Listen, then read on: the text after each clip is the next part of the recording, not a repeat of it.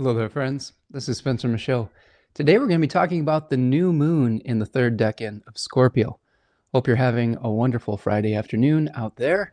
We're going to be dissecting all of the different parts of the new moon. We're going to be talking about its opposition to Uranus. We're going to be talking about the trine to Jupiter and also the Mercury cazimi that's happening simultaneously with it. We're going to break that down all through the language of the decans. We're going to talk about the host of the new moon, which is in Sagittarius, Mars in Sagittarius. And then we're going to kind of break down how the lunar cycle is going to unfold and some of the features of the time period where the moon is going to be waxing into the full moon in Gemini. So I hope that you'll join us here today for the length of time that we go, however long we go. And if you're joining me today, just let me know in the chat. Let me know where you're stopping in from. It's always nice to see friends in the chat. And before we get started here, we are going to have a few announcements. And then I will welcome all of you here in the chat here. So a couple things before we get started. Of course, we're talking that new moon in Scorpio 3.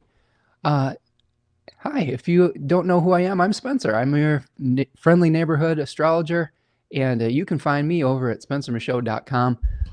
That's where I post all of my recordings, insights, all of my things at the store, webinars, etc. You can also book sessions over at spencermichaud.com if you want to get some insight into what these transits might mean for you personally. We're going to be talking about these things more in the macrocosm, more with how it might affect us as a whole. But if you need some help unpacking some of these things, I'd be more than happy to work with you. Click on the Book Now button. We can plan out the next few months ahead. We can plan out the year ahead. We can plan out and analyze the things that have been going on in your life for, however long you want to go back and review. So find that over at spencermichaud.com. I also do astrological tutoring and I teach classes. I also have a webinar store where I have a number of pre-recorded webinars that I have done in the past. If you enjoy the work that I do with the decans, with the fixed stars, with the myths, we like to talk a lot about mythology on this channel. There's all sorts of material you can engage with over at the store at Spencer Michaud Astrology, spencermichaud.com, excuse me. I have a whole decan webinar series, so I'll show you some slides from that, some flashcards from that. I have a Dignity and Devotion series with my beautiful partner, Tanya Andrews of Third Coast Mojo. I talk about the connection with tarot and astrology. All of that can be found at spencermichaud.com. Speaking of Third Coast Mojo, my beautiful Tanya is having a sale right now. So we're in the midst of Mercury's retrograde cycle in Sagittarius, a place that is traditionally thought to be its exile, where it might struggle a little bit. Communication might be a little bit challenging. We might be forgetting some details, or we might have trouble getting from the brain to the mouth. But this Mercury in Virgo, astrologically elected materia, is amazing for greasing the wheels, for getting all of those thoughts out, getting all the ideas organized. And it is 25% off right now to help you to work through some of those challenging aspects right now. It's pretty amazing stuff, I will say.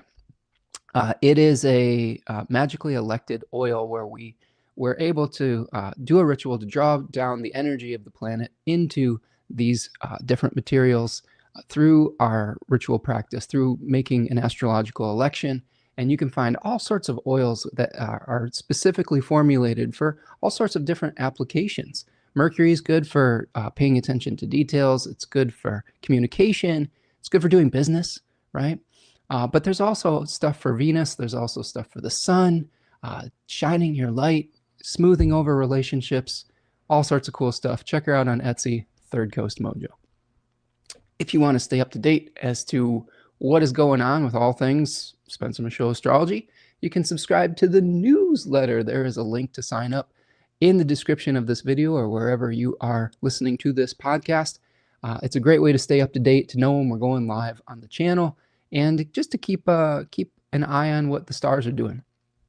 If you want to support the work that I'm doing here, you can purchase a super chat while I'm live on YouTube, or you can become a patron at buymeacoffee.com. That is a great way to support the channel, great way to keep the lights on over here to buy me the gift of time to be able to do this research and to organize all of this material that needs to happen before we do a broadcast each week. There's a lot of work that goes into that, and that's a great way to keep me able to be doing that. So please go support at buymeacoffee.com or with Super Chat today. All right, friends. We're going to talk about this new moon in Scorpio 3, but before I do, I'm just going to welcome a few of you here. We got some nice friends stopping in. MCB is here. What's up? Nice to see you. Friend, I love your little cat paw there, although it looks like it's sort of an aggressive cat paw with some claws and cat scratch fever, something like that, but I'm just happy you're here, friend. Stephen the Jupiterian is here, says, good day, happy Friday, nice to see you. Joining us from San Francisco, California. Always nice to see you in the chat here, Stephen. KP, what's up, Karen? Nice to see you. Hi, Spencer and all from Cleveland, on my way to work, but can't wait to hear you break down this new moon. I will do my best, Karen, and hopefully we'll be leading you into the next lunar cycle with grace down there in Cleveland. I did watch a Rock and Roll Hall of Fame induction ceremony recently. I think it was actually in Los Angeles, but the Rock and Roll Hall of Fame in Cleveland, really cool place to visit if you haven't been there yet. MCB is joining from France. Oh, nice. I love it. I love it. More international friends. Yes, Karen says, bonjour. Absolutely, bonjour, friend. Just excited that you're here. This is me now, 91. So this is my first time being able to tune in live. My name is Veronica. I'm tuning in from Houston. Veronica, it's so nice to see you. And I'm so glad that you're tuning in. And I hope everything's going well for you down in Houston. I love when we have new people that are stopping in and are just sharing their wisdom with us. So I'm so grateful that you're here today, friend, and hope that this will benefit you. All right, Javier is here. What's up, Javier? Nice to see you. Hope everything's going well for you up in Ontario, my friend. And then Corinne Schumann is joining us here. CS Schumann 1 is joining us from Chile, Connecticut. Nice to see you, Corinne. Hope everything's going well your way. Yeah, it's getting chilly here too, friend. The leaves have all fallen, and we're trying to stay warm as we glide through the fall season here, friend. Yeah, appreciate you, friend. Thank you, Veronica. Okay, so thank you so much for letting me know you're here. It makes me feel, I love when we are able to, interact with one another. That's one of the reasons I do these things live. It's nice to be able to have that type of interaction. So keep all those comments and questions and observations coming, friends. Okay, let's talk about this new moon in Scorpio 3. And let me get hydrated here. I had some soup before I came on live here. Made some chicken soup today and had to kind of wolf it down, and still processing all that. It's soup season, right, as we come into the fall. So the new moon in Scorpio 3, right? We've got this new moon. It's on the 20th of November, 28 degrees of Scorpio. And a couple features with this one. Scorpio new moons generally, I think, initiate the process of either identifying something that we are desiring or attached to, and then potentially also the process of letting go of that desire and composting it back into the earth. Scorpio has a lot of challenges getting desires met, whereas its opposite, Taurus, is a sign of fulfillment on some level. So we may have some difficulty getting the things that we need. We may be identifying things that we have outlived their vitality, and we're trying to return those back to the earth. But understanding that it's part of a cycle is, I think, really important. Understanding that we need to be able to let go to create the future abundance and fertility. The forms that we let go of now during Scorpio season are going to become the fertile land that during Taurus season, right, where the seeds are going to have a place to grow in. That material becomes new life. And that's where we can have hope with this, because sometimes during the letting go process, it can be really painful. I was doing a lot of reviewing of the last new moon in Scorpio, the one that was especially opposite Uranus. And there was, I keep a really detailed journal, and I have for almost 20 years now. And it's really valuable information because you can see exactly what you were going through, things that you wouldn't normally remember. And that period of time was a challenging one for letting go of a lot of things. I had just I had gotten in a car accident at that point, And I had this vehicle that was my little, as a Cancer, it was my little hermit crab shell, right? And I had this little hatchback that I took everywhere with my, all my music equipment and all this. And the car was totaled, and I had to let go of the vehicle. I had to let go of that form. And I was reflecting on the painful challenges around that, and just the identity of like having that little car. But in hindsight, after getting some space from it, right, recognizing that we really didn't need, like, my partner has a vehicle, and we really didn't need two cars. Like, I don't really drive that much. It really started to help us save some money on bills and insurance, and gas, etc. So, sometimes what seems like really painful in the moment, that was just a part of ourselves that needed to be let go of, right? So, and sometimes it can happen unexpectedly, which is really one of the hallmarks, I think, of this new moon, because it's opposite Uranus. Uranus is retrograded back into Taurus. There may be some things in our life that are surprises that we weren't expecting to let go of. I wasn't expecting to let go of that vehicle during that period of time, but something happened that was out of my control, right? Somebody rear-ended me at a stoplight, and that was that. So it's one of those things where we may have some things in our life that we have to make adjustments to, right? That we didn't anticipate, but life is like that. Sometimes there's some unpredictability in life, and those can be some of the most challenging times as a human being, is when we are, I guess, nudged by fate into change when we didn't expect it, right? I think a lot of us that study astrology because we've experienced a lot of unpredictability in our lives, and we were looking for something to organize the chaos that we experience in our daily lives. I know that was part of the appeal for me. I experienced my fair amount of uncertainty and change as a young person, and astrology was a way for me to sort of order my reality, and it felt like it gave me at least a little bit of cushion so that I can understand what might be coming on the horizon, so I can prepare myself emotionally, but also to understand when the challenging time, if there is one, might be over, right? And I think those are really important things that astrology can do really well. They can help us to understand and how to prepare for more challenging times, but also understand that there is an end to that, and the good times will come once again. And that's cyclical living, right? That's the type of living that helps us to understand that we are a part of nature. We are a part of the cycles of nature. We are not separate from it. As much as, history has tried to, people in history have tried to convince us that we have dominion over nature, we are very much a part of it. And we're part of that cyclical reality. So we really seek to understand that during Scorpio season. Now, as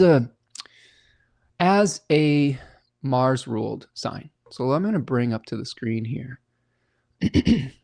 Here's the Decanic flashcard associated with Scorpio 3. You can see the 7 of Cups here. I'm just going to talk a little bit more about just Scorpio in general, because Mars, as the ruler of Scorpio in traditional astrology, it is a planet that is very instinctual. It is a planet that is of the lunar sect. It's a planet that is associated with either defending the dying life force, like we see here in Scorpio, or trying to sever and separate from a collective to initiate a period of individuation into an individual consciousness, and then subsequently into a body, right? And in Scorpio, think of having sort of your back against the wall. You know that you're pretty beat up. You're on the way out, but you're going to keep fighting, right? And you have to be very strategic about how you keep fighting. If, like, let's say you're in a battle and you know that it's about to end, but you want to keep going. You don't have the energy that, like, say, for example, an Aries season Mars might have, which is new. It's this new, almost like berserker energy that it's got so much energy that not only can it fight off the enemy in front of it, but there's collateral damage that happens all around it from this swinging axe, right? But in Scorpio, because we understand that we might be close to the death period, we don't have that same energy. We have to be focused with our energy. So this is an opportunity to plant seeds for the focused letting go, right? If we become chaotic, even in our process of compost, we are probably not going to be as effective in doing the thing that is necessary, which is the transformation, the achemical nigredo phase, the putrefaction phase, where we're dissolving that old form so that it can become something else. And I talked about this on a recent podcast I was a guest on. I really encourage all of you to go check out my talk with Melissa LaFara of Energetic Principles podcast. There's a collaboration link in my YouTube channel, just under the collaboration tab. And we talked a lot about Saturn and Neptune, and but we talked about the phase before that, which we're in right now, with all of the grand water trines, where we are attempting to ritualize this grief, to feel the grief, to not rush this grief process, so that we can really heal moving forward. Because if we try to rush into a new growth phase, we haven't done the work necessary to be able to write a new chapter, a new script. We have the danger of repeating all of the same challenges and mistakes or whatever, or narratives or mythologies that have led us to this moment, maybe the painful moment of letting go. And it's super important to reflect. It's super important to ask how we can change those stories. And it's extremely important in a snake year when we're shedding our skin, okay? And we will head into the new Chinese zodiac year coming up. I believe the next year is the horse year. So think about the difference between a snake and a horse. One is maybe moving potentially in the shadows. It goes through periods of transformation, periods of shedding skin. The horse animal is like, okay, let's go. It's go time. It's speed time, right? So before we can do that, before we can transition into that phase, we have to go through this particular process. So this Scorpio 3 is really interesting as far as its tarot associations. So it's a Venus-ruled decan in the Mars-ruled sign. So first of all, we already have a little bit of a disconnect between the ruler, Mars, and the face ruler, Venus. So Venus is said to be in her exile in Scorpio. So think about Venus as a planet that wants to hold things together. It wants to harmonize. It wants to bring things together that are in the process of separation or have been separated. Now, Mars is the planet that wants to sever and separate. So when we're utilizing the quality of severing and separating Mars to try to bring things together in harmony, it leads to some awkward situations. It leads to some disconnects. And that's sometimes what we feel in this decan. Now, Venus is also a planet that likes to glamorize things. It likes to, it's a planet of attraction. And the things that might become glamorous in this decan are things that we may have to let go of. I remember when I was going through this new moon in Scorpio 3 before, I had a lot of like visions of what I was going to do to replace my vehicle. I was angry that my beautiful little car that was paid off and still had a lot of life left in it just kind of, got crumpled up, sort of like Vecna in Stranger Things. I'm very fortunate that I wasn't hurt. And then the visions of, well, what kind of new vehicle do I need to get? And I had all these ideas about what I wanted to do, and eventually I just had to slow down and say, I don't need to do that right now. I don't need to dive into a new vehicle. I don't need that. I know this is a very mundane example, but I think it's a good one because it's something we can relate to. We don't have to replace that old form right away. This decan teaches us the beauty of decay. It warns us not to chase old ghosts. It shows us the challenges of fantasy, of illusion. Here you see in this card all these different things that can be offered: fame, money, renown, love or lust, all of these different things. And in the middle, you have this like kind of Holy Spirit type of image. So how do we cut through all of the illusions so that we can finally release that attachment? How can we liberate ourselves from potentially something that is addictive?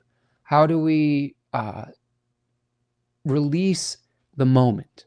And I say that because there's a spirit in this deck called Kairos, and Kairos is the opportune moment.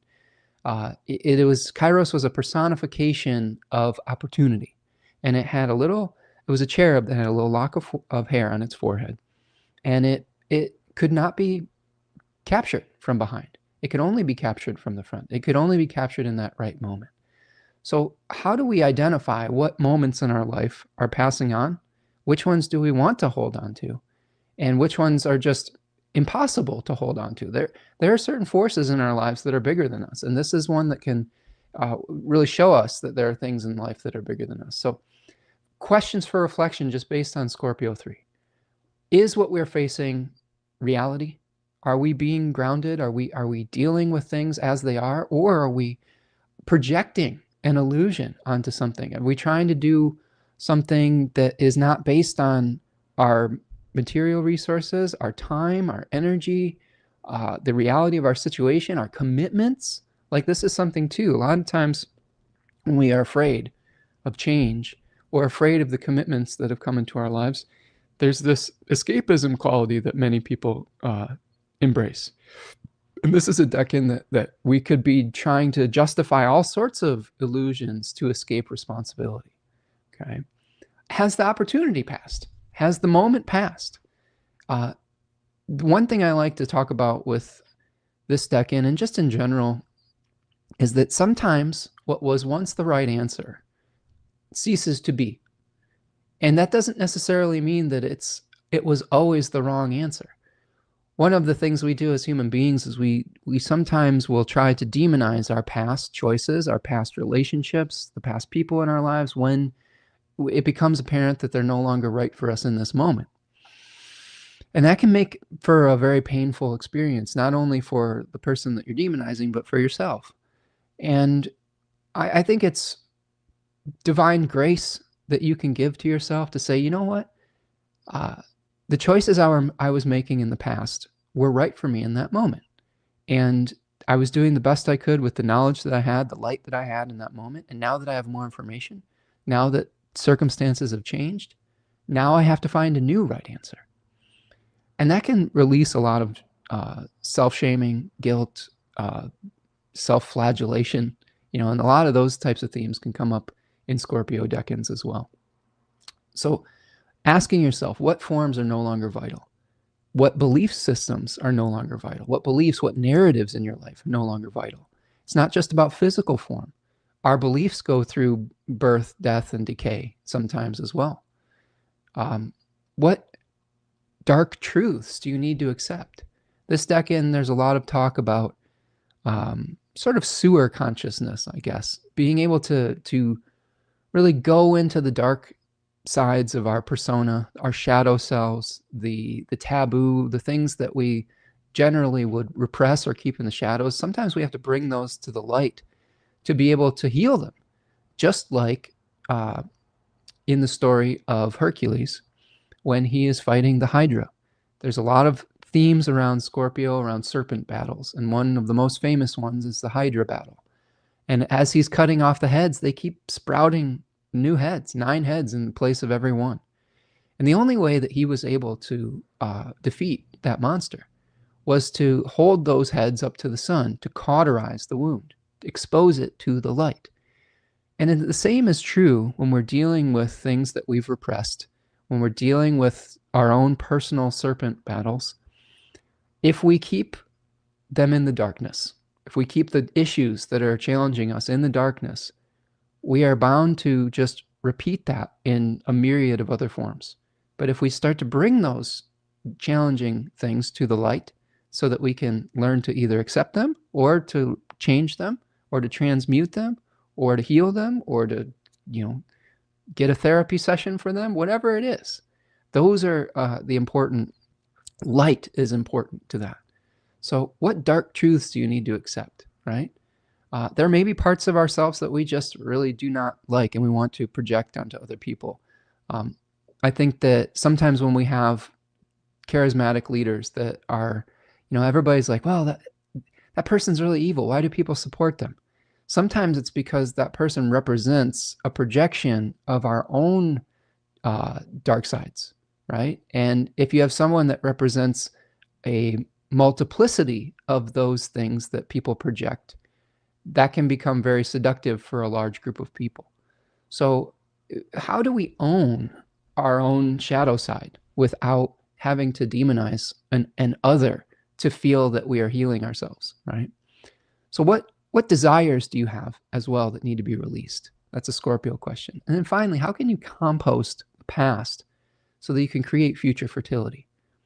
Now, I don't think it's appropriate at this time to rush ahead to the growth process.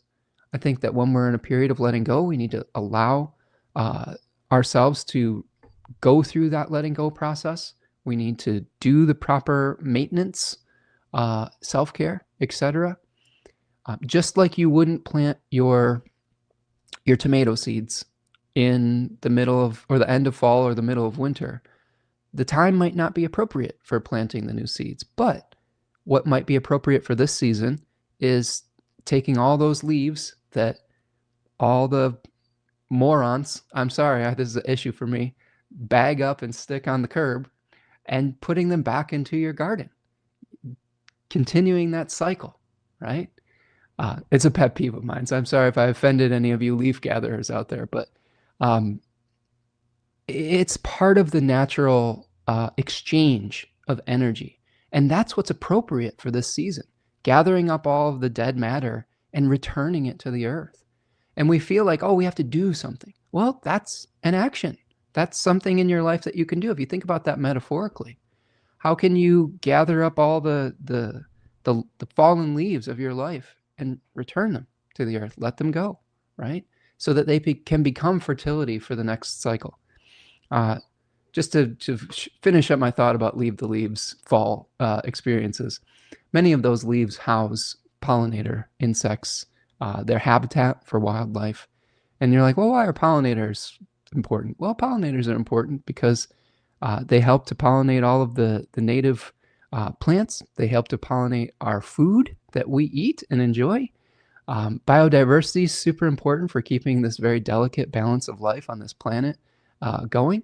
And part of that is carbon exchange, right? Those trees, they need those leaves on the forest floor. It promotes all sorts of healthy life, mycelial networks underneath the soil, etc. And it actually leads to better harvests if you've got a garden.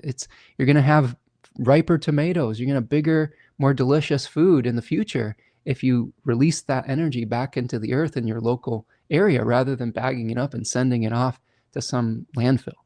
So I'll get off my composting soapbox on that, but really important to acknowledge the process of letting go rather than trying to. I think the other thing that bothers me about this is we are so obsessed with cleanliness in our life, in Western civilization. Everything has to look a certain way, and it's not helping anything. Life sometimes is messy. Sometimes death is messy.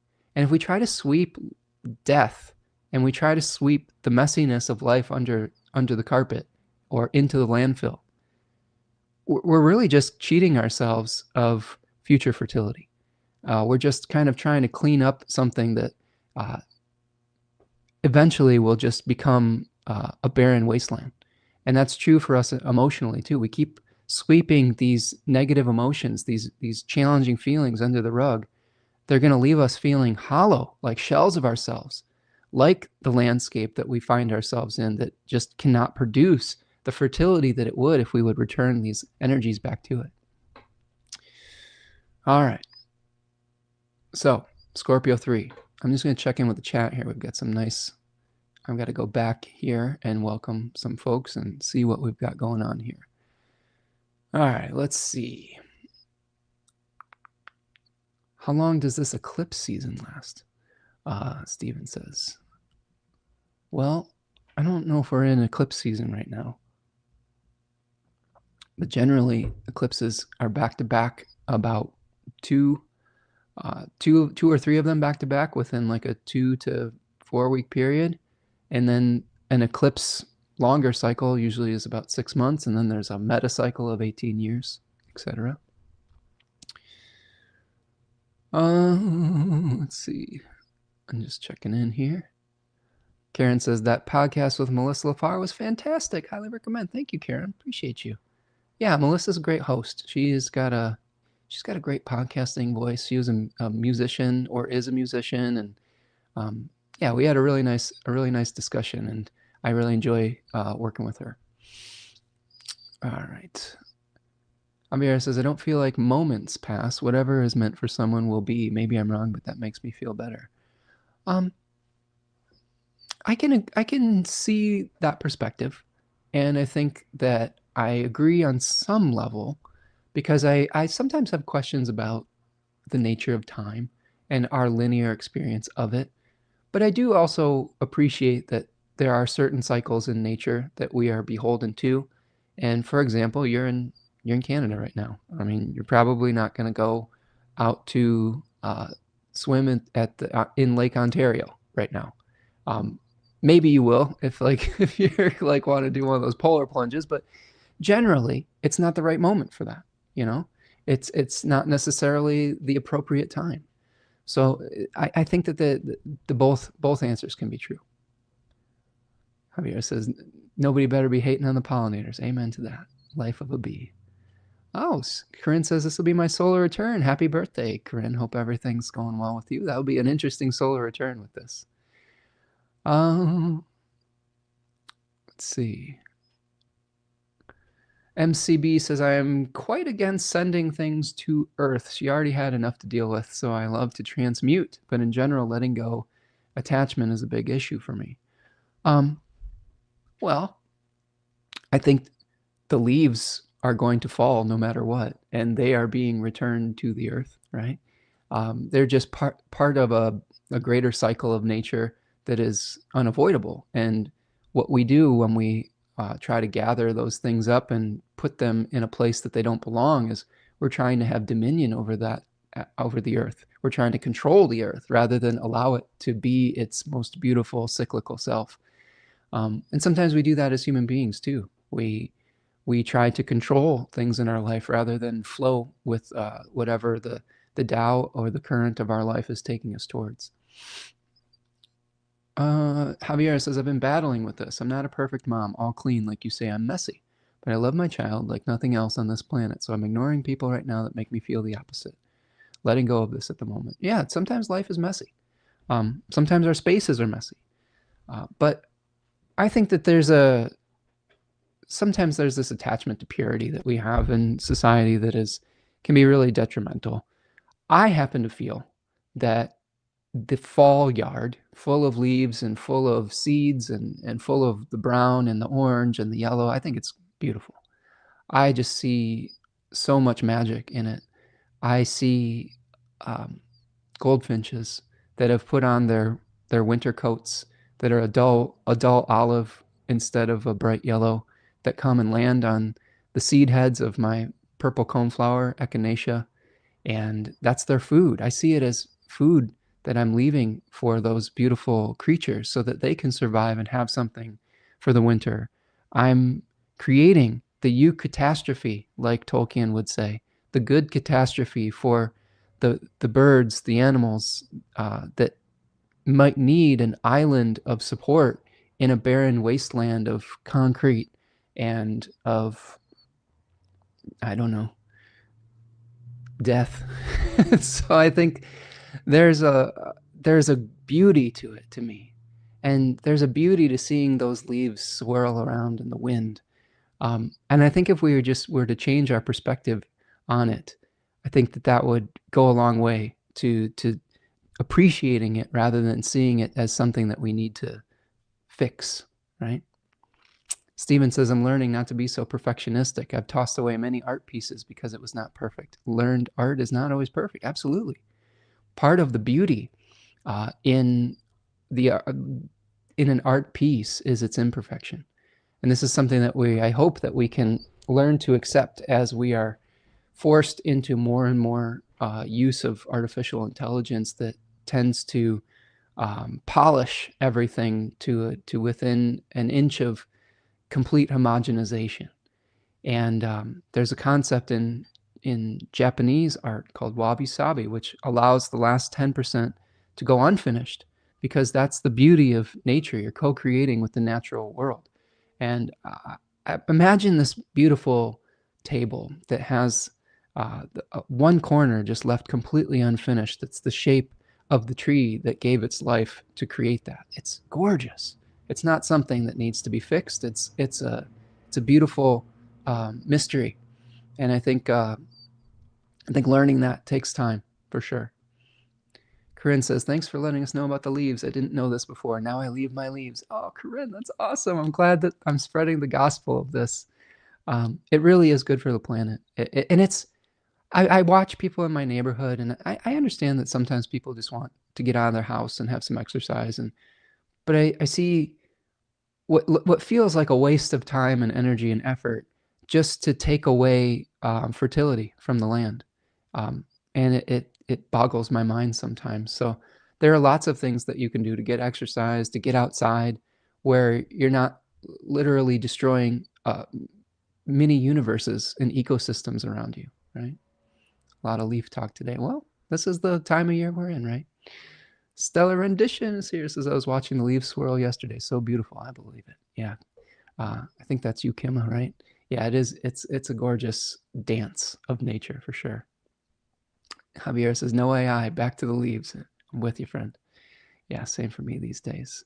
The snow came and all our leaves were not ready. The trees still have leaves. Spencer, there's the Lorax. He speaks for the trees, Steven says. I hope so.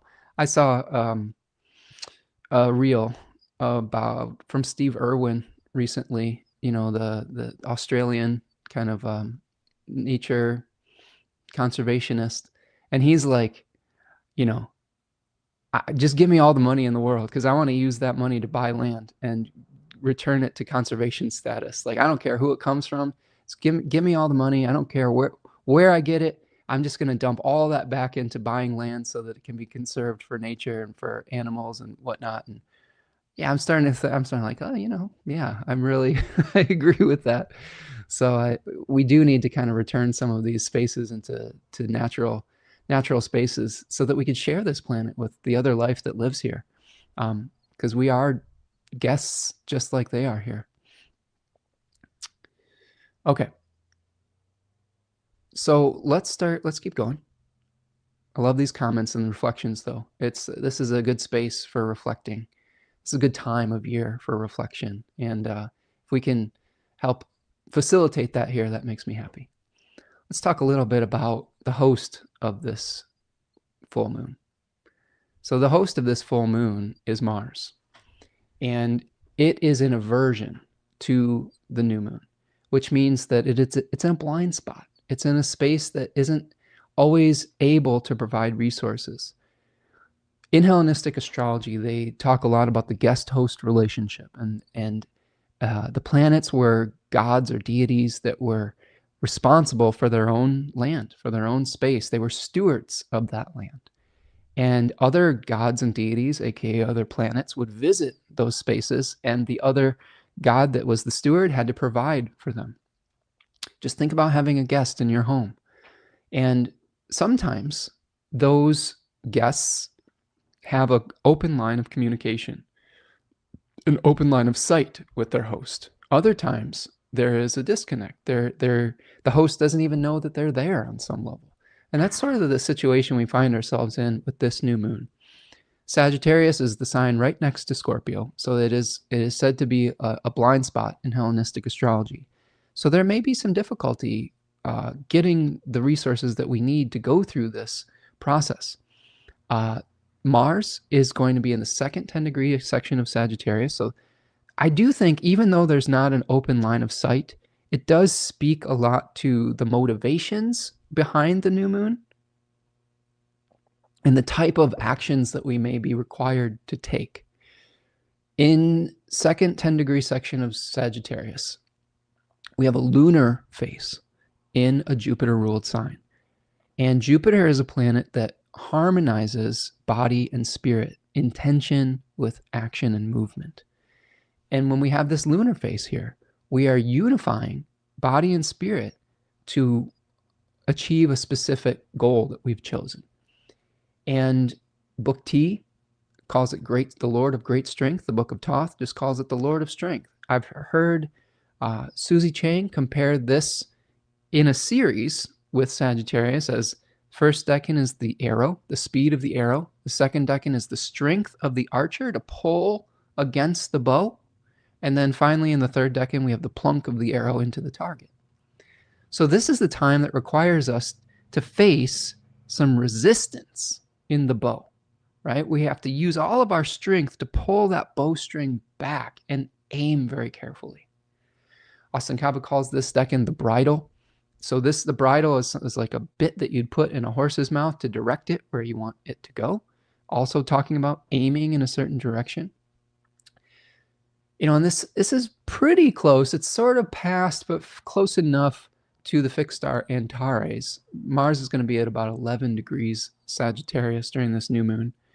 And Antares is a fixed star that talks about great focus, even to the point of obsession.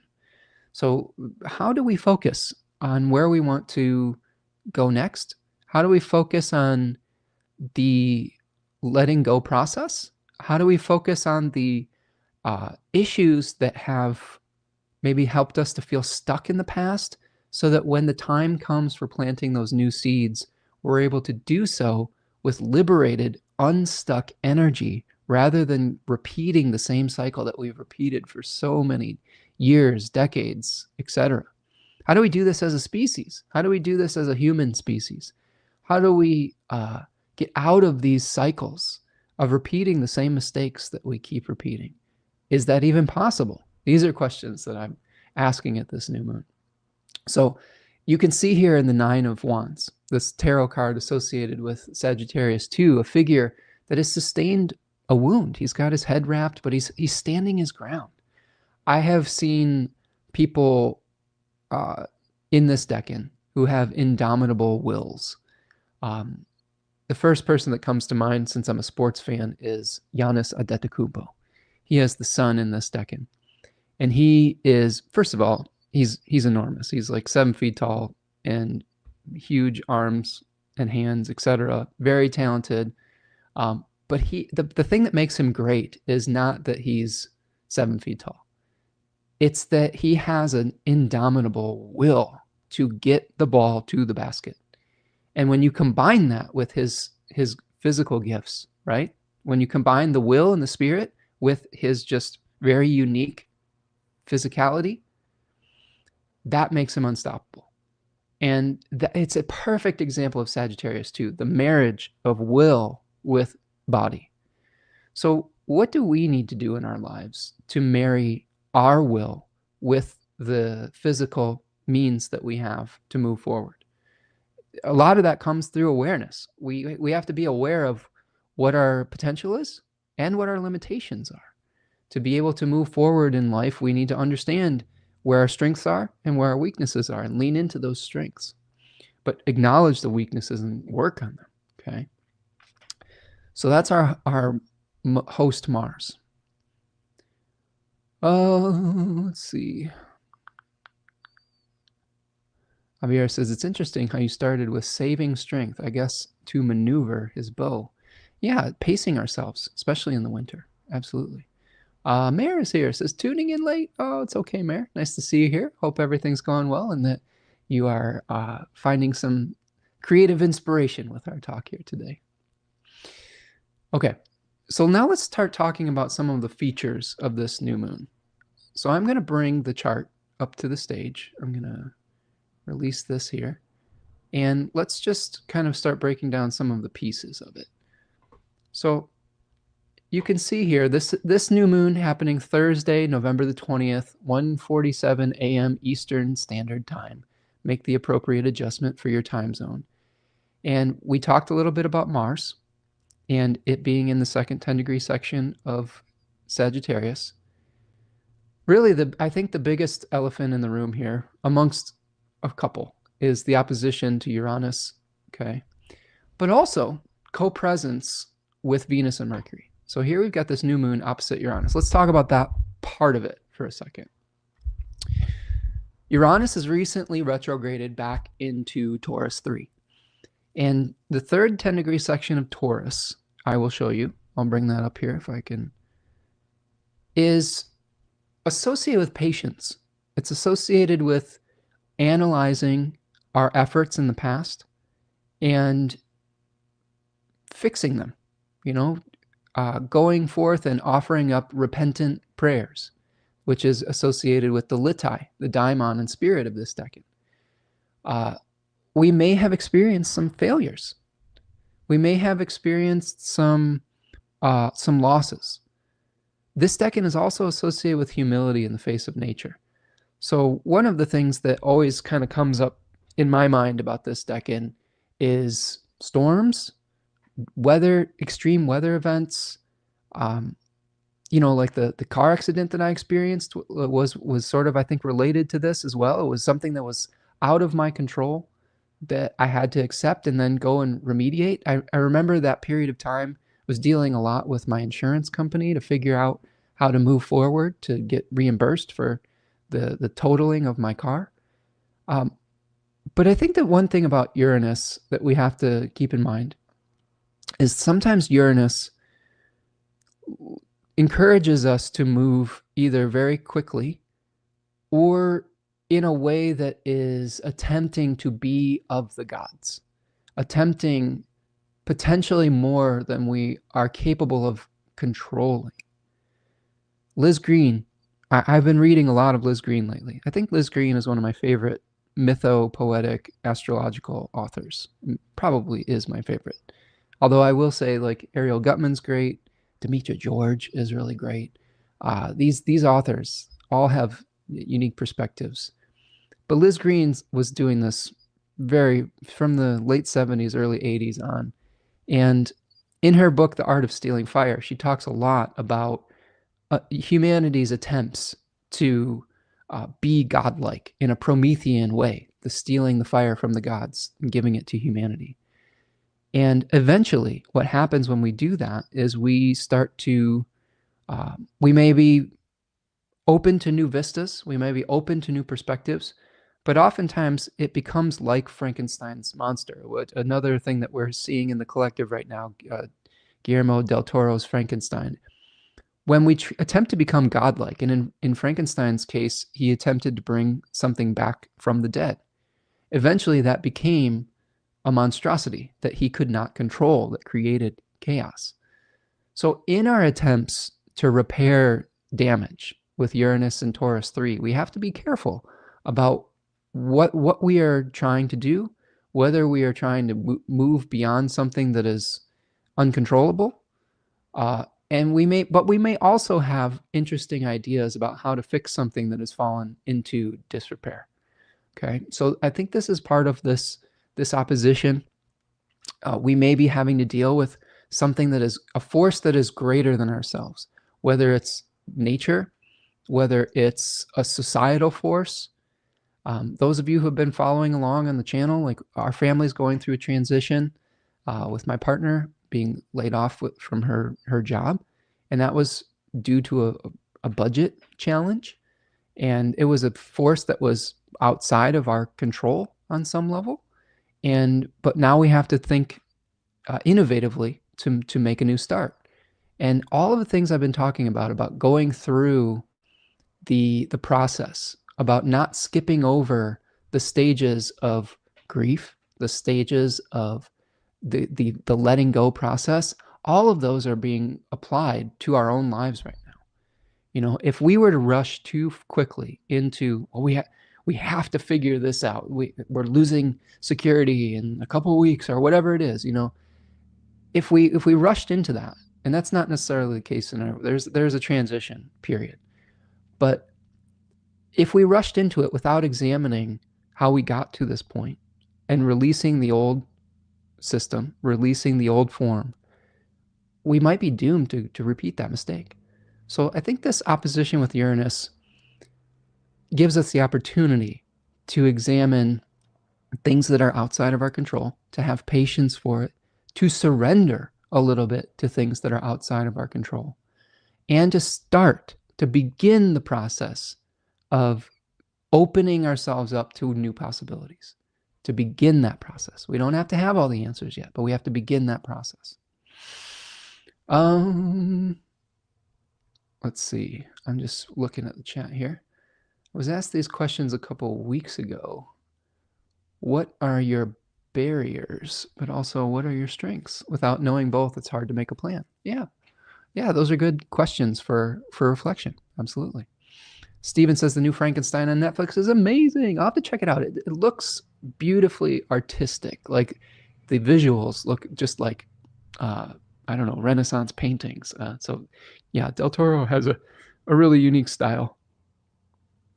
And I'll have to check that out, Steven, because I think it's really poignant for what we're doing in the moment right now. Let's see. K-Wow. Thank you for the super chat, K-Wow. Appreciate you. I've got a 45-minute drive ahead of me and might not be able to make it to the end of this. Well, thank you, K-Wow, for being here. And thank you so much for your generosity, your gift to the channel. I appreciate you. That really does help, and you're always very generous. So thank you so much for that today, friend. Let me see. K-Wow says, I'm quite late, but I had to finish warehouse inventory before I could tune in. Spencer, you're so much more fun than counting carpet. Well, I'm happy to be of service, friend, and happy to kind of get you through some of the more mundane things in life. Stellar Rendition says, ironically, the monster became more human and Victor Frankenstein became more inhuman. Interesting, right? It's funny how that can happen, right? Sometimes the creation that we are I think that's a really good reflection, especially as we move into the possibility of AI, and AI taking over and dominating our lives. What happens if AI starts to become more humane and we as human beings become the more inhumane ones? Interesting questions to ask. I've been feeling a lot of feelings about artificial intelligence lately, most of them negative, to be quite honest with you, for its environmental impacts, for its impacts on our creative process, its impact on artists, its impact on people losing their jobs. Part of the, I think, justification for cutting my partner's job was because AI was starting to do some of the things that she was good at. And it's real. It affects people in a real way. And the more that we surrender our humanity to the machine, to the force that is uncontrollable, the more potential we have to become victims of it. And I think that's a very Uranian quality. Rhea says, I've been in a rabbit battlefield. So many holes I've been down. Crime and detective work. I like that, rabbit battlefield. That's an interesting turn of phrase. Stephen says, in the book, Frankenstein, Victor was always the monster. Yeah, and understandably so, because he is the one that had the hubris of thinking that he could be greater than the gods themselves in the cyclical process. The monster wasn't innocent, right? The monster was just somebody that was reincarnated or reinvigorated with life and didn't really know what was up and down. But Victor is the one that thought he could control nature. And yes, that is what is monstrous for sure. Stellar says, Del Toro wanted real sets, no AI or CGI sets, which I greatly appreciate. I love that.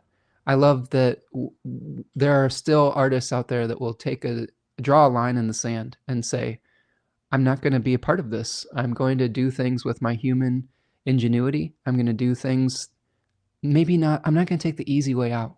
I think this is one of the things that really bothers me about AI at this point is it makes it so easy to be lazy. Really. It says, you know what? I don't have to think through this process. I don't have to problem solve. I'm just offloading this to somebody else or something else. And I understand the appeal. I understand the pressure that this type of social organization pushes us to feel like we have to utilize these tools to keep up. And in a lot of cases, we haven't really had a lot of choice. It's just been integrated into the tools we got used to, whether we liked it or not. But I do think that really asking the questions before we become completely dependent on it, on how, if this is going to become a part of our life, what does it mean to, how do we make it, how do we make it humane? How do we make it environmentally friendly? How do we maintain, like Del Toro, our own creative imagination? How do we maintain our own collective reasoning skills, right? I don't have the great answers for it yet because I'm living through it with all of you. Yeah, the fight for perfection makes people inhumane. Absolutely. Javier says I'm already paranoid of real humans, so this isn't very fun for me. Yeah, a lot of changes on the horizon, friends, and this Uranian new moon might be a part of that. So let's continue to move forward here. I'm going to bring this out. We'll bring the chart back up.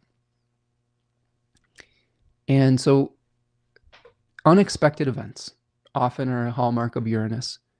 I wanted to give an extra perspective with the hubristic part of it, because I want you to be able to recognize in real time when a new idea captures you. And I want you to be able to slow down in that moment and start to think about what are the repercussions of this. So you can think about the positive repercussions of something, but also the negative repercussions. What does this new idea, what is the collateral damage that this new idea could provide for not just yourself, but for others? Because we're in this together. And if by contextualizing Uranus in this way, it causes people to reevaluate something that they are taking for granted in their life, it will have been worth it. When ChatGPT first came out, I was curious about it like everyone else and tested it out with a few questions. I never became completely dependent on it, but I think that after learning the repercussions that it has through these enormous AI data centers, these water-sucking, energy-sucking, polluting things, these offloading of human creativity, the stealing of people's art to feed into the algorithm, I've had to say, I don't want to do this anymore. I don't want to use this. I don't believe in this. I don't want to contribute to this future. And there are still times where you're almost using it unconsciously now, even just like in search engines, like it's almost like you can't avoid it. But I do think we can make conscious choices around this. And I don't think it's inevitable that we have to integrate this into every single part of our lives. So I think that being able to reflect on that, and I think is going to be an important thing moving forward. And does that sometimes take a lot of strength and a lot of saying no to the collective zeitgeist? It does.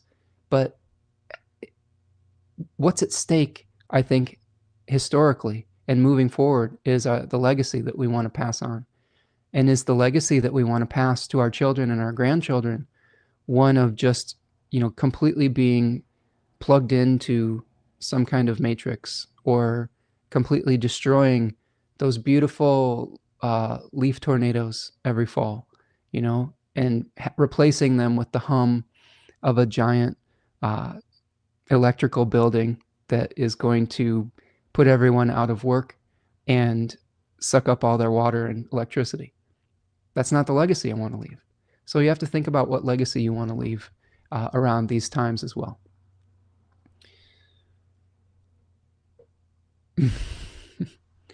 Okay, so a couple other parts of this. Yeah. Javier says, we're hating on AI too much. It froze my video. It's because the algorithm is listening. We hate on it too much. The algorithm's going to bury us, right? Probably not out of the realm of possibility, but we have to keep speaking our truth, whether it's a painful one or not. And if it reaches even a few people and they go and change their habits or change their worlds or spread their reflective quality, then it'll be worth it, right? So Mercury and Venus are both co-present with this lunation. And this is really fascinating to me because we have, first of all, Venus in its exile, okay, but co-present, smoothing out the process. There are a couple benefic forces in this new moon that are helping us to mitigate some of the more challenging parts of it. And I would say the challenging parts of it are the opposition to Uranus, the aversion to its host, Mars. And I think that retrograde Jupiter is helping in a trine form. Venus co-present is helping. But both of those planets have a little bit of an affliction right now. Venus being in her exile, the tools that she's being given to create harmony are ones that would normally be used to separate.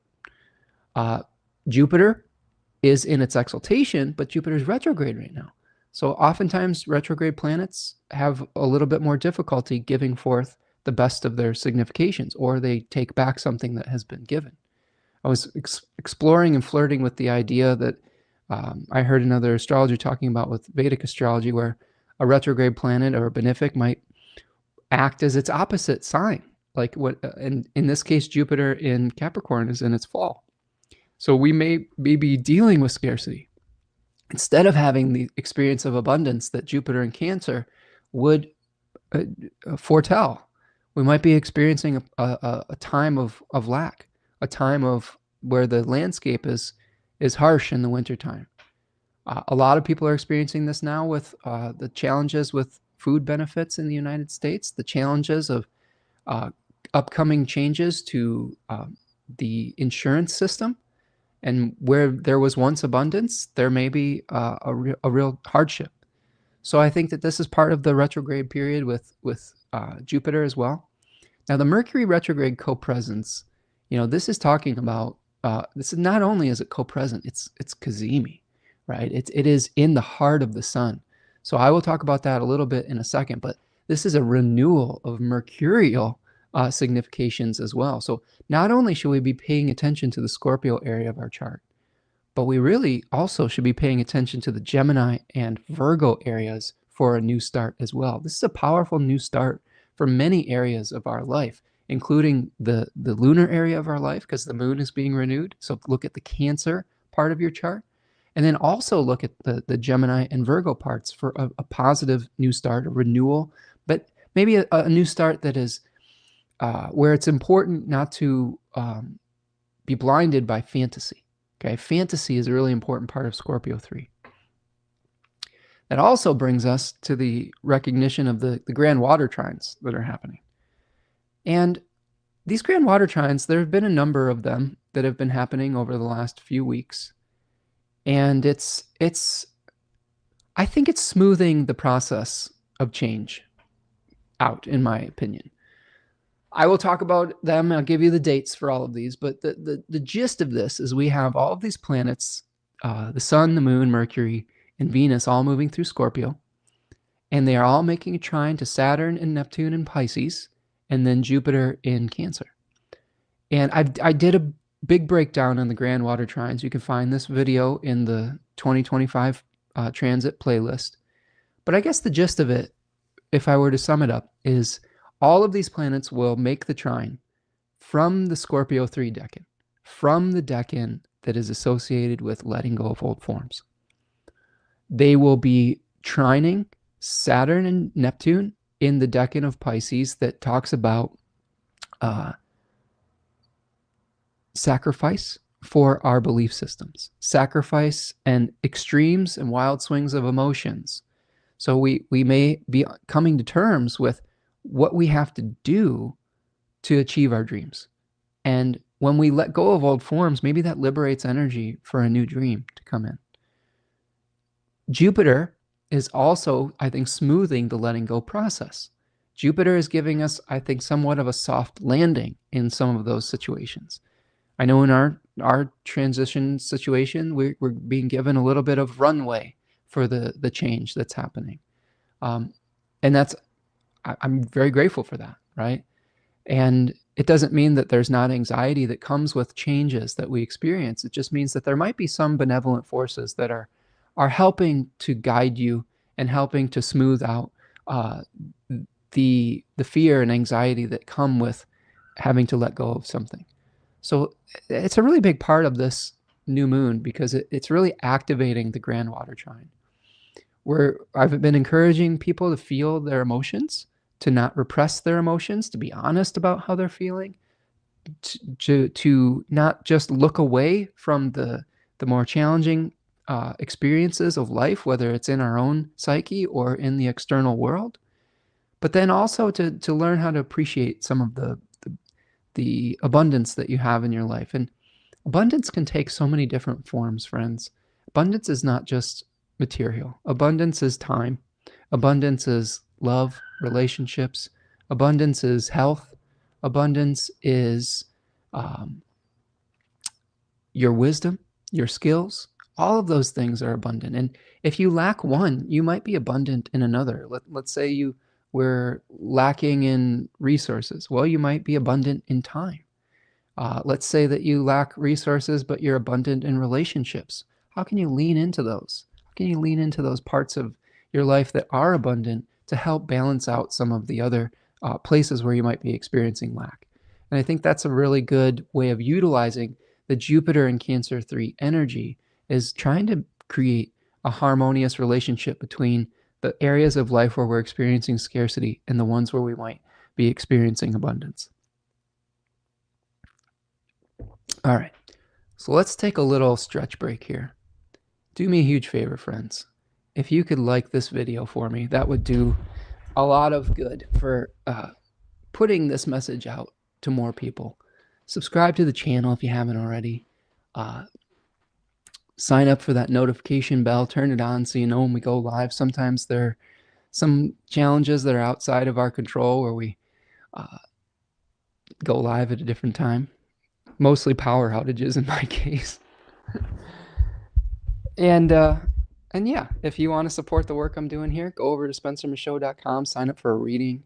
You can make a donation here while I'm live with a super chat, or you can go to buymeacoffee.com and become a patron like that. All of those are super appreciated. We've got so much beautiful generosity in the community here, and I appreciate all of you.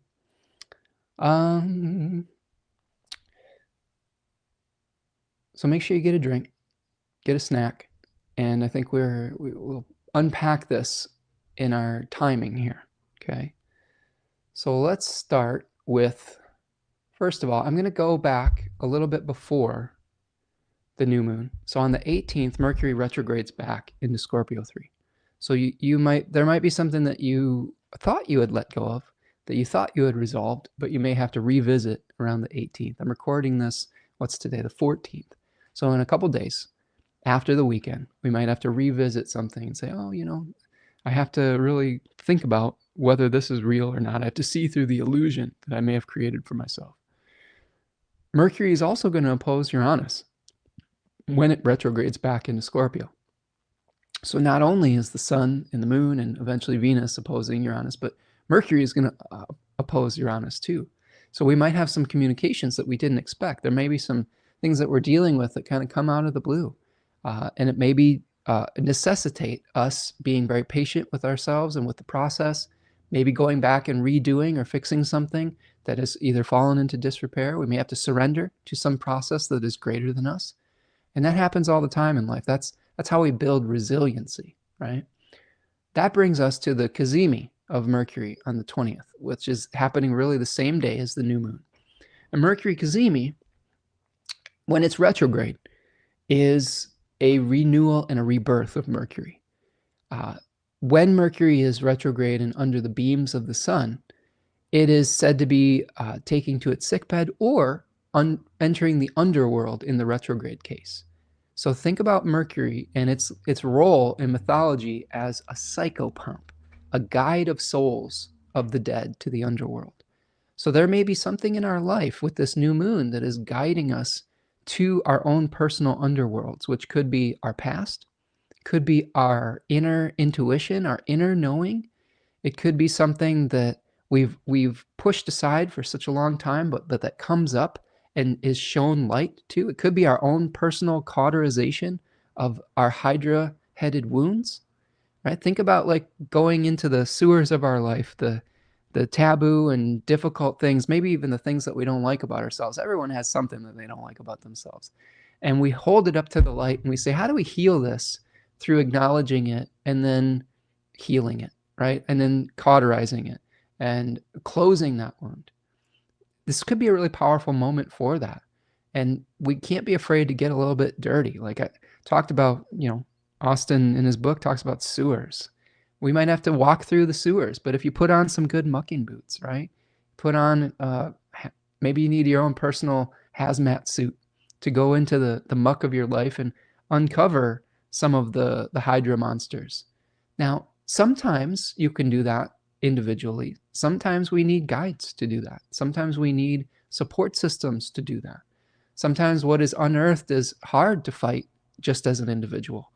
And in that case, having a good support system can help you through that, whether it's a therapist, whether it's a good friend, a family member, your astrology friends. It could be any number of things. So I think that's another message too. If you're going through your own personal dark night of the soul with all of this, you don't have to do it alone. There's resources out there to help, and people that care about you. Okay. Does this trine on Sunday spark the moon energy?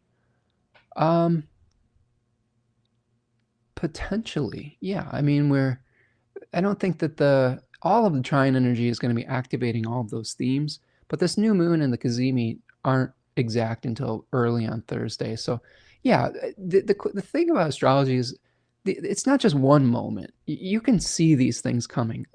Even the Uranus things, we think they're going to be complete out of left field surprises, but oftentimes when we look back, we're like, yeah, I should have seen that coming, right? So I think that all of these are an accumulation of the actions and the choices and the experiences that we've had up to this moment. And it's all just unfolding, one paragraph and sentence and chapter at a time. Yeah. Okay. So as we move forward with this, building up to this, I guess here's one answer to your question, Javier. Like, the grand water trines are going to start perfecting around the 17th, right? We've got the solar grand water trine that's going to begin from the 17th till the 21st. It's going to activate and touch all of these planets. It's going to trine Jupiter and then trine Saturn, trine Neptune, etc. And then we are also going to have the Mercury retrograde grand water trine between the 19th and the 22nd. So all of these are going to be unfolding simultaneously. When we get to the 21st, that's when the sun makes its exact opposition to Uranus. Now, in traditional astrology, we start feeling these aspects sometimes within the whole sign aspect, but we feel it more acutely within 3 degrees, and then we really feel it. We're engaged with it within 1 degree, okay? Think about entering into a room, and you see someone you know that you've been avoiding, and you know you got to interact with them. And you haven't really locked into conversation with them, but you're aware that they're there. You've entered the room. Well, you walk over to where they're at. You're starting that 3 degree kalesis, they call it. You start the conversation, and you're having that interaction, that talk you've been avoiding. That's maybe the 1 degree conjunction, and then you have to wrap it up and walk out. That's the 1 degree afterwards. So there is this coming together and this flowing apart aspect, and sometimes you deal with the buildup of anxiety to the aspect, and then the repercussions of that conversation moving forward. So yeah, it's a natural process that unfolds. So we're going to have the peak of that Sun-Uranus opposition on the 21st, and then right after that, the Sun moves into Sagittarius. Okay, so let's look at this kind of the 22nd here, because that is the first aspect that this moon is going to make after it is released from what is called the bond, right? The bond is when the moon is within 15 degrees of a conjunction with the sun or an opposition. And the moon being a sort of a tool, well, it is a collector of light and a manifester of planetary energy into material form. When it's under the bond, it's kind of held in check. So we look for the first aspect to kind of see what's the first challenge we're going to deal with when the moon is starting to manifest again. And in this case, it's a square with Saturn at 25 degrees of Sagittarius on the 22nd. So a lot of the seed energy of release may meet some slowing down blockages, some obstructions, if you will, okay? And in this case, the obstruction might be we feel overloaded. You know, the moon in the third decan of Sagittarius is we're trying to carry this load to the finish line, but the weight is great, right? We're carrying this huge bundle of sticks and we can't really see where we're going. And we might run headlong into some feelings of a need to surrender to those feelings, but we may get pretty emotional about it. So watch out for feeling emotional about carrying too much responsibility with the first aspect here. Again, I would also say that the letting go process doesn't have to be like a cold turkey. Sometimes the most effective ways to beat any addiction or anything that we're hanging on to is to do it gradually over time and to add in new habits. So how can we start adding in new habits? How can we start releasing one day at a time rather than just saying, I got to cut this out immediately and then eventually just relapsing? So this might be the moment where we're just feeling the weight of that responsibility. And that brings us into the 24th. I'm just going to move forward in the chart. The new moon's on the inner wheel, and the how it's unfolding is in the outer wheel if you're following along on the video. So that brings us to the point where Venus starts to make trines to Saturn, Jupiter, and Neptune. So this might be, think about how this is unfolded. Mars making the grand water trine says you're gonna have to identify something that you have to sever and separate. You know, the action. The sun going through that trine shines a big spotlight and awareness on what we have to let go of. Mercury, when it makes the grand water trine, asks a lot of questions about how are we going to do this? How do we get from point A to point B? How do we traverse the liminal space from where we were to where we are going? And then finally, when Venus goes through here, we have to be careful because Venus has special dignity in the third decan of Scorpio. It glamorizes what we are letting go of. Maybe there's a beauty in that letting go process. Maybe there is a softening of the letting go process. But the danger with Venus going through this is that we get really nostalgic for it and we say, maybe we don't have to let go of it. Maybe we can hang on to it. Maybe it's really not leaving my life. We rationalize. This is part of the 7 stages of grief, right? We have the bargaining phase. This could be the bargaining phase where we come under an illusion that maybe something's not as dysfunctional as we thought it was, and we try to bargain to not have to make the changes that we need to make. So be careful with that with Venus here.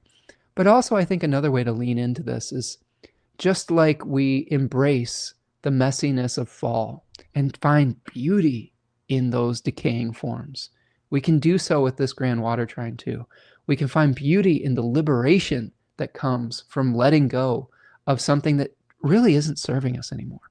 And when you really come down to it, I think a lot of us intuitively know, even if we rationally don't admit it, that something is past its time. I think in my case, let me take my practical example from this last lunar cycle, from the last new moon in Scorpio III, it was like 2023. It was opposite Uranus. I had stopped driving a lot at that point, and my car was just sitting in the parking lot, aging. It was not. We don't have a garage, so it was just sitting out in the weather, getting old, getting rusty, and we were still paying for its insurance and all of these things. And in the back of my mind, I was like, I probably don't need that. I don't need that vehicle. And I wasn't able to let go of it willingly, and the universe took it away. And then after it was gone, I was like, well, I didn't super need that. Is there certain days where I'm like, yeah, it would be nice to have a car? But yes, but there are other days it's like, I don't need that. We're saving resources. We're learned to share. It transformed us on some level. So sometimes the universe will take something away from you that you know that you need to let go of, but you have difficulty doing so because it's a little bit of a painful and unnatural thing.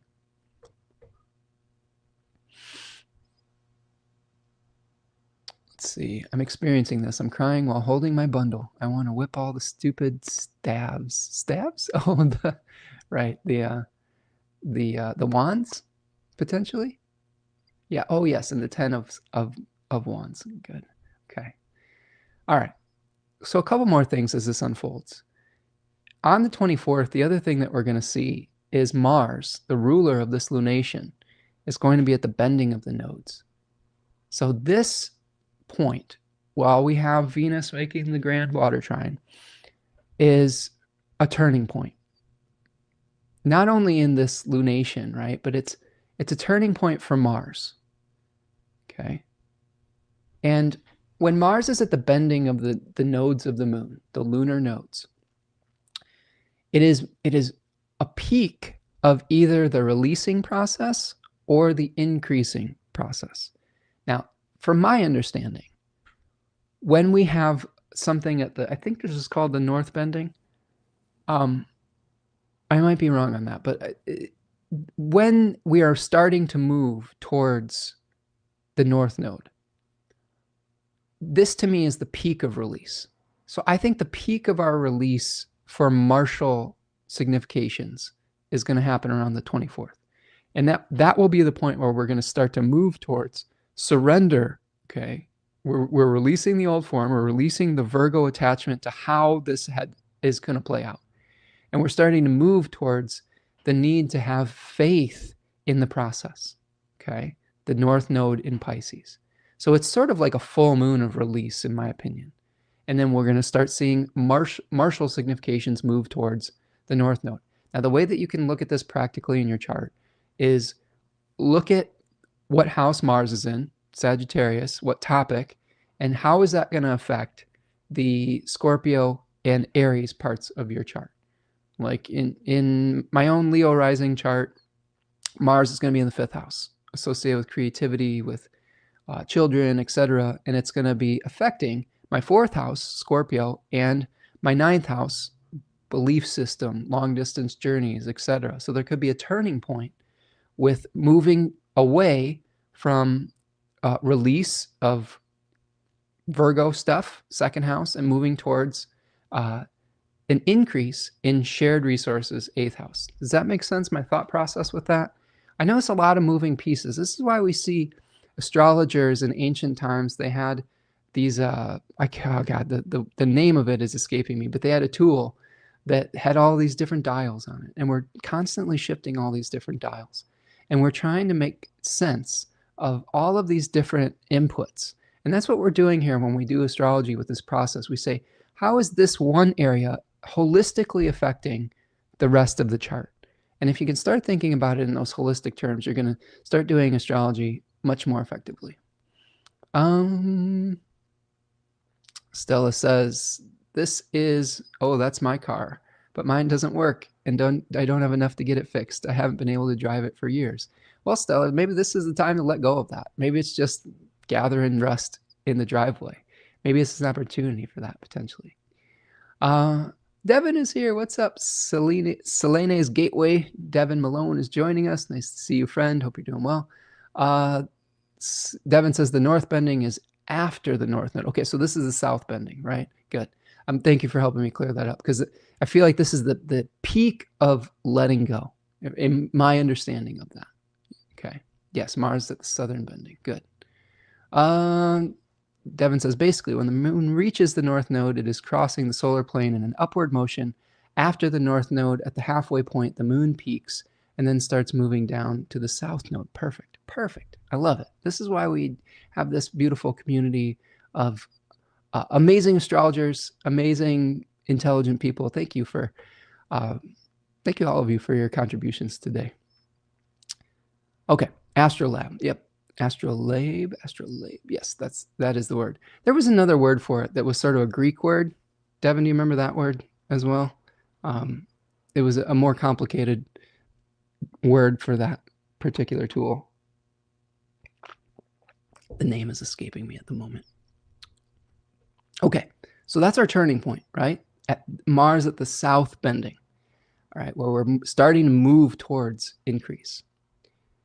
So on the 27th, here we have a pretty big day. To me, this is a really big turning point just in the month. Mars is going to station out of bounds. We may be feeling like taking actions that we would normally never take or consider taking, because Mars is operating outside the normally socially acceptable way when it's out of bounds. Mercury will be emerging as the morning star. So some important messages coming to us with Mercury emerging as the morning star. And also Saturn is stationing direct that day. So a number of omens that are speaking, a number of moments of phasis is what we would call that. Okay, so Saturn moving direct, understanding our responsibilities, Mercury emerging from the beams, messages that are important for this process. Mars moving out of bounds. Maybe we're saying, okay, I've gotten this message, I have this new understanding, I know what my responsibilities are, now I need to take action. And maybe I need to try something new that I haven't tried in the past. On the 29th, Mercury is going to station direct. So here's Mercury stationing direct at about 20 degrees of Scorpio, and then Venus is going to make its opposition to Uranus in the same day. So probably an important moment for being able to move forward with mercurial significations, especially related to the Gemini and Virgo area of your chart. We may get some surprises in our relationships that affect the Libra and Taurus areas of our chart. But I think it's a similar type of theme with it moving through those decans that we talked about with the Sun's opposition. It just may have an effect on a slightly different area of our life. The solar opposition gives us something to our Leo part. The Venus opposition is giving information to the Taurus and the Libra topics. And actually, I skipped over one thing. I skipped over the first quarter moon here. So the first quarter moon is happening at about 6 degrees of Sagittarius and Pisces. I'm just going to go back a day so you can kind of see. Here's this first quarter moon. First quarter moons, actually, yeah, let me fix that. It's supposed to be Pisces. First quarter moons are crisis points. All right, they are, there we go. First quarter moons are we're trying to bring something into existence. And we have the solar drive and will, and we have the lunar body. And with this first quarter moon, 6 degrees of Pisces, we have the challenge of wanting to move forward with speed quickly, externally. We want to take actions. We want to find a new host for our liberated spirit and will. But the moon in the first 10-degree sections of Pisces sometimes can leave us feeling confused, like in a labyrinth of the Minotaur, where we need to first decide what it means for us to take that action. If we just take action without thinking about what is motivating the action, we can get really twisted around really quickly. So at this first quarter moon, while you are inspired to take those first steps, how do you connect it with an inner knowing, with an inner wisdom, an inner vision, an inner sense of purpose? So this might be trying to search for purpose before we dive into the next chapter. Okay, then that brings us to the Mercury stationing direct at 20 degrees of Scorpio and the Venus opposition.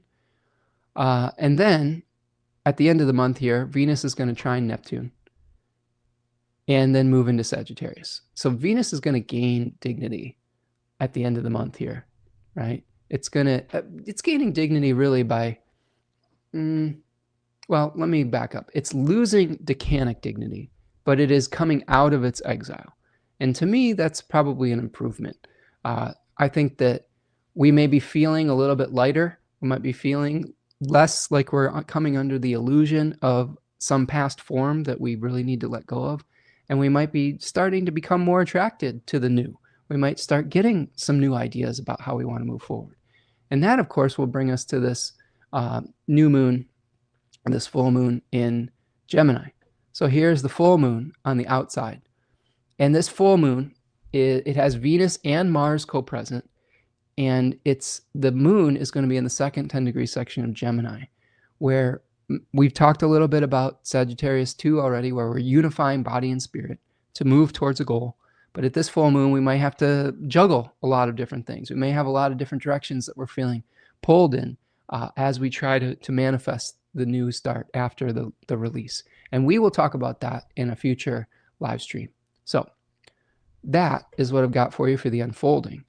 Let's talk a little bit about our hexagram and our animal, but I'm just going to check in with the chat here. Yes, that's right. And Antikythera mechanism, absolutely, yes. So it's a different astrological device, but that was the one that I was thinking of in my head. Thank you, Devin, for that. Appreciate you. Okay, so let's talk about, let's see here. Did I miss anything else? Okay, gotcha. Let's look at our I-Ching for this new moon. I asked, what is the essence of this new moon in Scorpio 3 in 2025? And I got obstruction and number 39, which also translates to limping, stumbling, adversity, impediment, difficulty, hardship, hindrance, looking inward, self-reflection, and surmounting the obstacles within. So we've been talking a lot about self-examining, maybe even some of the darker parts of our psyche.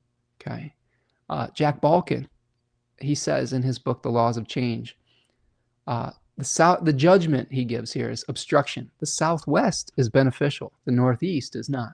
It is beneficial to see a great person. Perseverance brings great fortune. So there's like the really like mystical judgment. But he goes on to describe that. He says the southwest represents receptivity and patience. The northeast represents assertion and advance. Hence, the text says that instead of pressing ahead urgently, one should hold back and accept the situation for what it is. He says that you are faced with obstacles that you cannot overcome at the moment. The more you struggle with your problem, the larger they may seem to loom. It is time to take a break from your efforts and pause.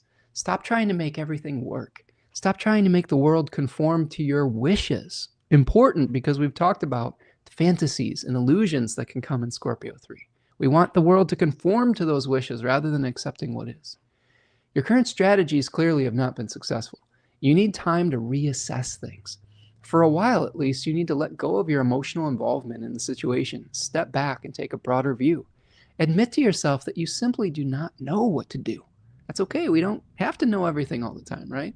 Instead, open your heart and your mind and patiently rethink your situation. Stop trying to enforce your will. Instead, look at things with detachment, humility, and acceptance. Be willing to learn. The point of detaching yourself from the current struggles is not to give up hope of eventual success. Quite the contrary. You must be absolutely determined to prevail in the long run. Rather, the point is to restore your emotional balance and to clear your head. Before you can regroup, you must free yourself from the emotional entanglements of past approaches that have proven counterproductive. We've been talking about that all day today.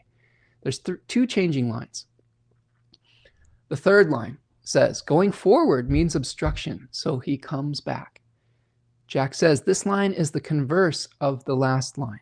The second line counsels that you should encounter danger when your responsibilities to others require it. In this case, you must not jeopardize your security because other people depend on you. If you go forward recklessly, you may not only injure yourself, but also expose others close to you to danger. By compromising your own position, you may leave those you care about without a source of support.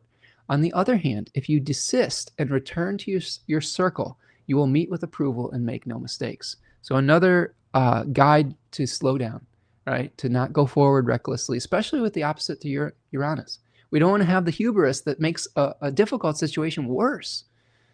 The fourth line changing says, going forward means obstruction. Coming back means connection. Jack also says you cannot deal with the obstacles you currently face by yourself. You lack the necessary strength, resources, and degree of preparation. If you try to take on your problems single-handedly, you will be defeated. Instead, gather reliable allies, reestablish your connections, pool your resources and skills with others, accept help and advice from people you know and trust. This is the right way to overcome your problems. And that is helping us to change to the hexagram 45, gathering together. Gathering, massing, joining others, assembling, having a common cause, holding yourself together, pitching in, cooperation between leaders and followers. I'm going to read you one more paragraph from Jack because he's just got so much amazing wisdom. It's probably my favorite I-Ching book of all time. He says, fostering unity takes skill and patience. In order to bring people together, whether in a community, a charitable organization, or a business, you must give them a shared sense of purpose. You must give the group direction. Hence, the text says it is beneficial to have somewhere to go. Common goals, shared symbols, and shared beliefs unite individuals and let them feel that they are working together for something more than selfish interests or petty concerns. It is the duty of leaders to instill this sense of higher purpose. The text speaks of the king entering his temple. In ancient times, rulers would lead their people by making a sacrifice to their ancestors. This sacrifice reminded people that they had common origins and that together they were keeping faith with something noble and valuable. Calling upon common ancestors and invoking shared traditions was a powerful symbol of community, which constituted them as a single people with a common history and destiny. In the same way, if you are called to bring people together, you must instill in them a shared sense of history and purpose. You must give them something to believe in. You must bring a great offering, something that performs the same function as the offering to the ancestors that the ancient kings made. You must find symbols that people can rally around and express their joint commitment. So what are the things that we can find unity within, right? What are the stories, the shared myths, the shared experiences with nature, the shared experiences with family that we can find unity together within? Okay, so the last thing I have for you is an animal. And the animal that I have for you today is the salamander. And I don't think I've gotten the salamander on the channel yet. This is a beautiful black and yellow salamander. And I think we often see them around these liminal spaces, whether it's the spring or I believe they might migrate during the fall on some level. But you see them in these pools, these leaf matter pools. Another reason to leave the leaves. They may be homes for salamanders, right? I've seen them in these big leaf piles. They're amazing creatures. And I'm going to read you an excerpt from Melissa Alvarez's Animal Frequency on the salamander, because everything we've talked about today is so poignant. I'm just constantly amazed at the random animals that just will appear to us and give us their guidance. Melissa says, salamander symbolizes rejuvenation, bouncing back from hardships and intuitive awareness. Some salamanders don't have gills or lungs, so they breathe through the skin. It can also grow back its tail and legs if they're somehow removed.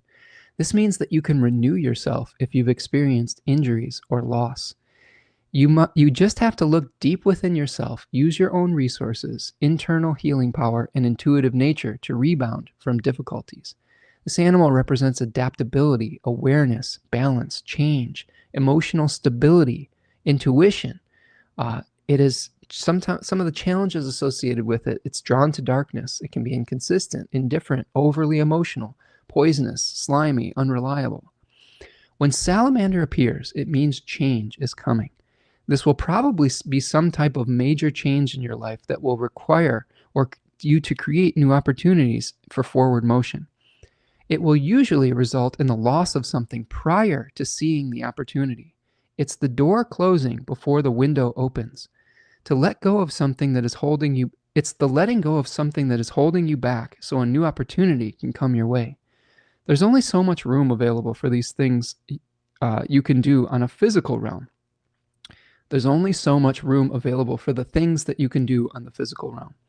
When your cup starts overflowing, either you have to make a conscious decision to let something go to free up time and energy so new things will come to you, or the universe will do it for you. Everything happens for a reason, even if you don't know the reason at the time. Salamander can guide you through all of the heights and lows as you travel the path of transformation. This animal assists you when you need to make adjustments in your life. If you've experienced a major change or a loss, or if your life has been turned upside down, salamander can help you stay focused, calm, and in control during these stressful times. It can keep you on your path and intent on positive forward motion instead of letting you wander around in hopelessness, not knowing which way to turn. Salamander can give you direction and help you recover from any setbacks you've experienced. It warns you of change. So if you see it and change hasn't happened yet, just remain aware and let it develop as it will.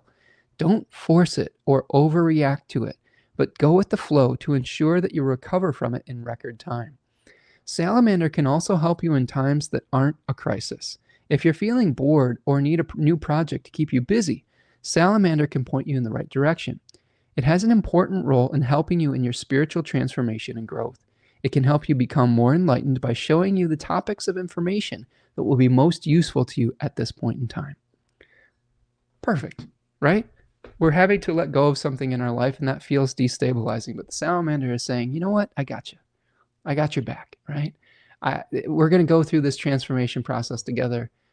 Have faith in it. Don't force it. Let the process play out. So that, my friends, is what I've got for you today.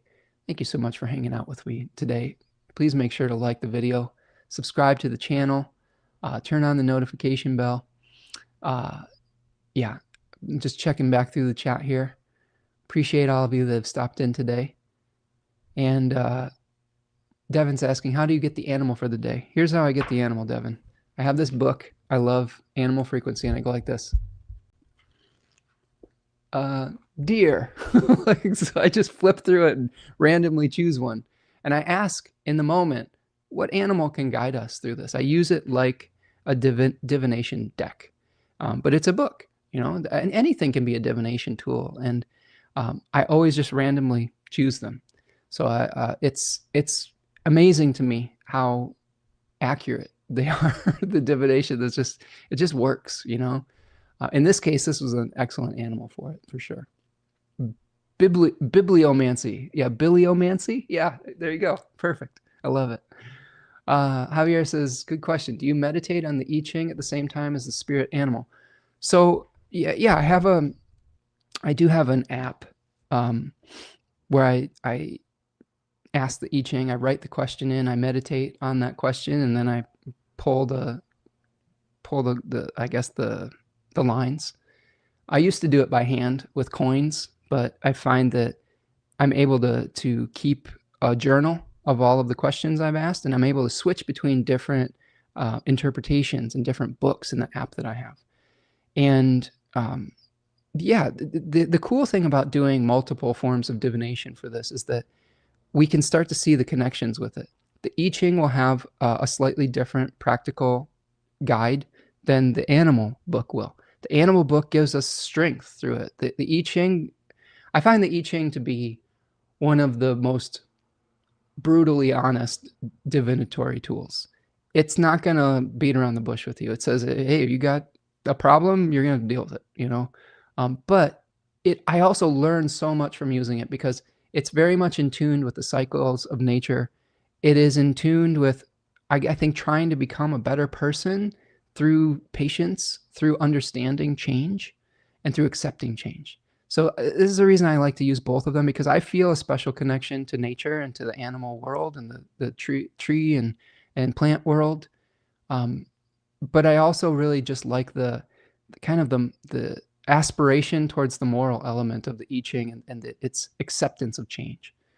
So yeah, it really helps me confirm a lot of the things that I see within the chart. And actually, when I'm doing readings for people, I pull an I-Ching and an animal for every reading that I do for people as well. So if you ever want to sign up for a reading, you'll get an animal, you'll get an I-Ching, you'll get the astrological breakdown in great detail, and sometimes I'll also pull tarot cards. I like to call it integrative divination. And to me, it's just, I love seeing it in different facets. The truth can come through and speak in so many different languages, just like it comes through so many different types of people in different countries and different demographics. That's why we have such an amazing, diverse group here. So appreciate all of you. Thank you so much for hanging out today. Go through the, Devin says it like, I like to pick a number from 1 till the end of the book. Ooh, nice. I'm gonna have to try that. Ask it to pick a number 1 to the end of the book. Yeah, the app is really good. It's Y-I-J-I-N-G is how they spell the app I have on my phone, and I've been using that for over a decade. The books, I have the physical books too. I have Jack Balkin's Laws of Change is in the app.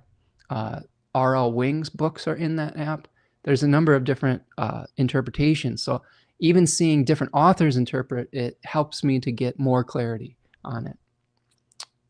Yeah. Yeah, tarot focuses direction. Definitely. Oh, I've been having Google select the page number. Interesting. How do you do that? I'm curious. I'll ask it to pick a number from 1 to 10. Okay, cool. Well, so many different ways, right? So many different ways to engage with the divinatory process. And yeah, it's an incredible. Here's a secret. Here's a secret, friends. Divination is a connection between you and spirit. And when it really comes down to it, the system that you use is less important than you becoming entrained to the system, whatever the system is. An entrainment says, I'm going to learn about animals. I'm going to learn about tarot. I'm going to learn about astrology, so that then the collective unconscious, spirit, the divine, God, whatever you want to call it, can communicate to you in that system that you've agreed to have a shared language with.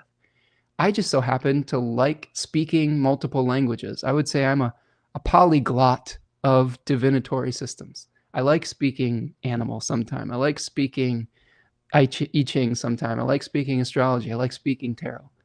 You don't have to speak all those languages. Some people just speak one language and do it very fluently. So don't get so hung up on the systems, but do practice having a relationship with the system that you choose. And I think that that's going to help you become more accurate by using that system and being able to connect it with the lived experiences that you have. That's why in my journal, I always write down my animal of the day, my tarot of the day, my I-Ching, because I'm connecting it with my lived experiences. And by doing that, you're going to find yourself becoming more and more accurate and getting more and more realizations. So like when I talked today about my experiences with having to let go of my old vehicle, I was able to do that because I had a dated journal and I knew exactly what was happening in the margin of my journal. I could even connect it with the symbols in my journal. Okay, look at this. See this? I have pages like this. I don't want to give you too much, but like you could see that all of this is on the margin of my journal. And here's the I-Ching and the animal, etc. Right? So there is all sorts of information that you can glean from that, and you test it. This is what Susie Chang does, right? She has all these spreadsheets. She's very Virgo. She has all these spreadsheets with all this data, and it makes her work really dynamic because she's drawing upon those physical experiences. All right, let's see. Yes, regular relationship. Yeah, absolutely. Not to be confused with pulling a card for which sandwich to order. I do that too sometimes, to be honest with you. I use it for all sorts of silly things that I probably don't need to. But for when you really have something that's meaningful to you, that's when it really can be, you can get clear answers. Okay, friends, thank you so much for hanging out with me today. Appreciate all of you. Go follow me on social media at Spencer Michaud on all of your different social media channels. Go visit me on spencermichaud.com. Sign up for a reading. Support Tanya at Third Coast Mojo. And yeah, let's work together continuing into the future. Thank you so much for your continued support on the YouTube channel and everyone just sharing their time and wisdom. I know it is quite a gift to even just have your attention in this time where it's split in so many different directions and everyone's calling for it. So the fact that all of you continue to show up each week is such a blessing. And I really do. I notice and I love it and I care about all of you. So let's go through these changes with grace, and we will see you the next time, friends. Be kind to yourself through these changes. Go through it with ease. Go with the current of your life rather than trying to paddle upstream and exhausting yourself. So become like that salamander and glide your way into your future. All right, friends. Take care. Peace.